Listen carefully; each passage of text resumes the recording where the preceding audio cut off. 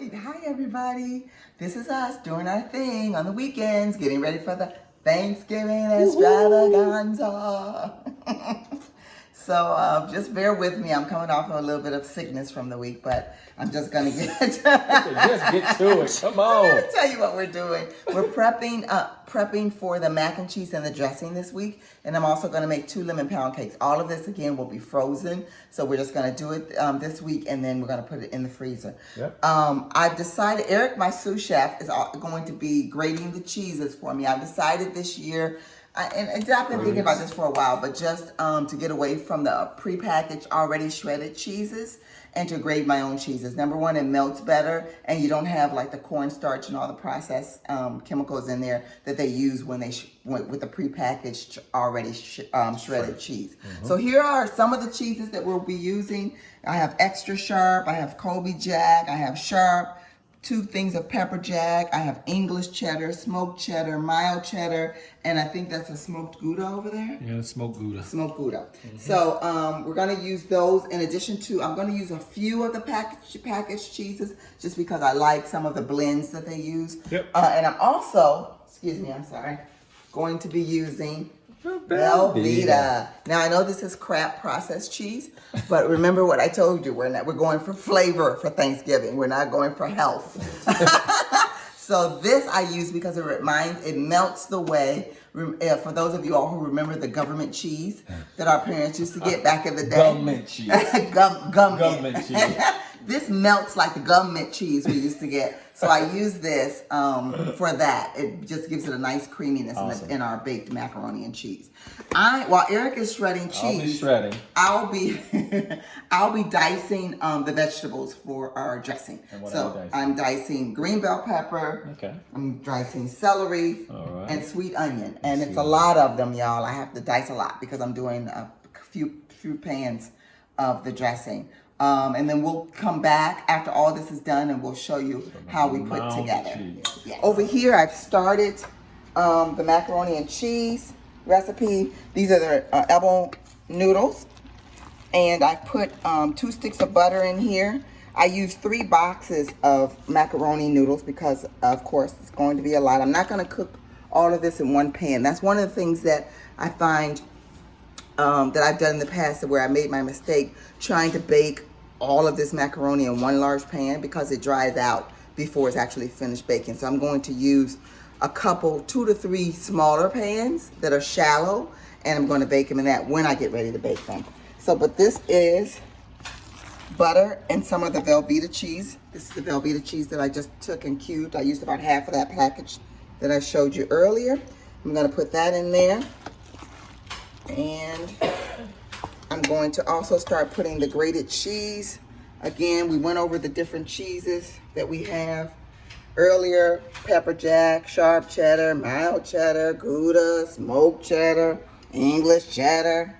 So we have a lot of cheese. And I'm just going to just mix this up in here. Okay, see how that's mixing? I'm also going to get some more cheese. We have a lot of cheese. May not use all the cheese, but I'd rather have more than enough. More than I need, rather, than not enough. So that's why so much cheese. And again, we hand shredded this cheese as opposed to buying the packets, which is what I used to do because it's just better. It melts easier. So that's a lot of cheese, but we're not done yet. I'm gonna put a bunch of eggs. Again, this is the Southern style mac and cheese. Some people like it, some people don't, but it's fine. We love it. I'm gonna go ahead and put eggs in here. 4, 5, 6, 7, 8. Oh wow. 9. 10. Oh my. Okay, so I'm gonna go ahead and mix that up with the cheeses and everything. You can tell it's getting a little bit hard to stir, but that's why I work out. So that I can mix up big batches of mac and cheese. So I want to put a dozen eggs in here simply for the volume of mac and cheese that we have. So I'm going to put a couple of more eggs. There we go. And there we go. So that's a dozen eggs, guys. 3. So I have about, I put in about 3 of these packages. This is a 2-pound package, so I put 6 pounds of elbow macaroni that I cooked, and that's what this is. So that's why so many eggs. Okay. So now what I'm going to do is start doing my seasoning. Not finished yet. This is a must. Must be seasoning salt, must be Lawry's. All I got to say. So I'm gonna season this up. Seasoning is imperative.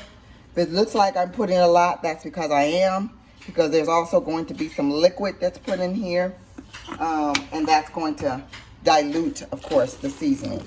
So I'm gonna put the seasoning in here, put all of the liquid in there, and then season it some more.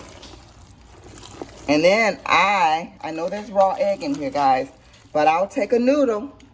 I'm risky. I'll take one of the noodles and taste it just to make sure that it's seasoned well, because I cannot stand unseasoned or not seasoned enough, not well seasoned mac and cheese. This is onion powder. So I'm going to put, there's not a lot in this container, so I'm just gonna put all of this in there.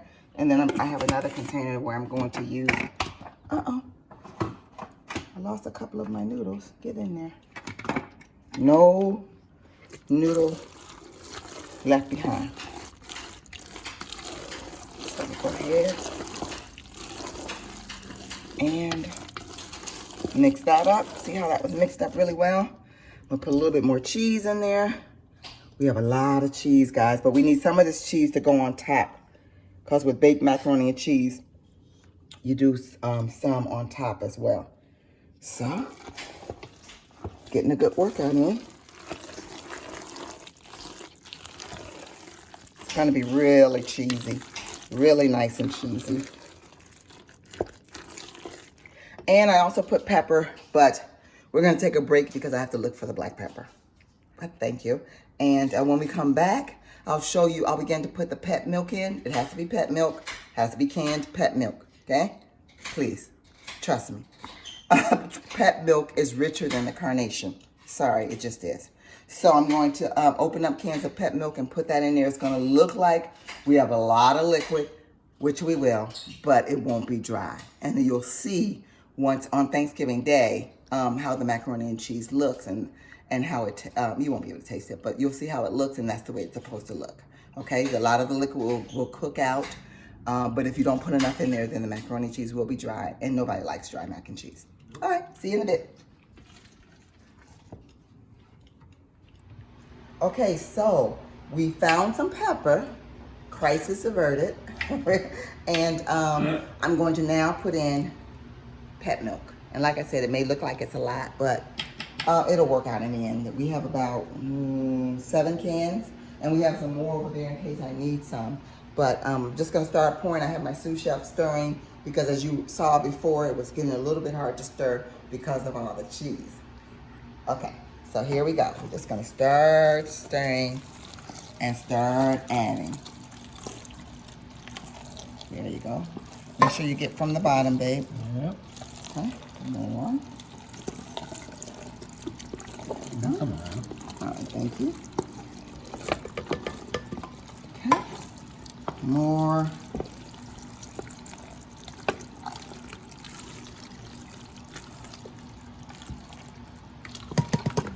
Okay, more.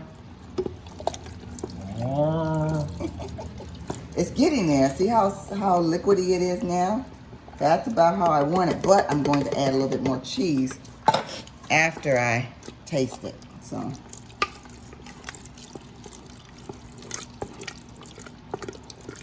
That's really good. yep, that's what we want. Okay, I'll take over, sir. Thank you. Loosened it up for you. Loosened it up for me. There we go. That's perfect. Now, needs more seasoning, for sure. Ooh, that's good though. Very nice. So I'm gonna put more seasoned salt.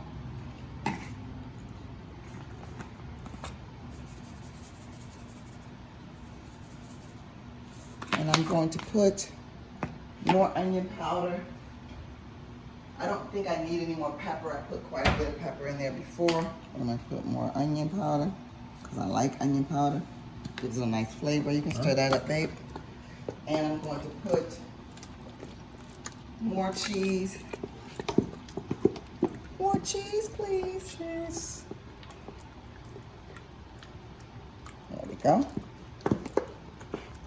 Got it? This is our super mix bowl of cheese. Yeah. Cray cray. Okay, got that in there? Yes. Perfect. Let me see. The other one's got the big sharp block. Put some sharp cheddar in there.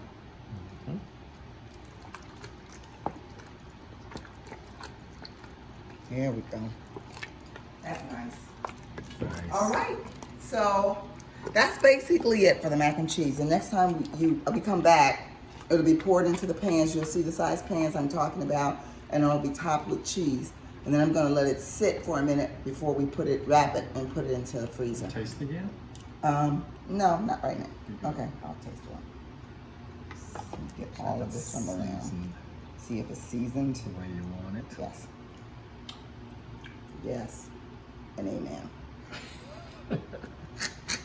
Really nice.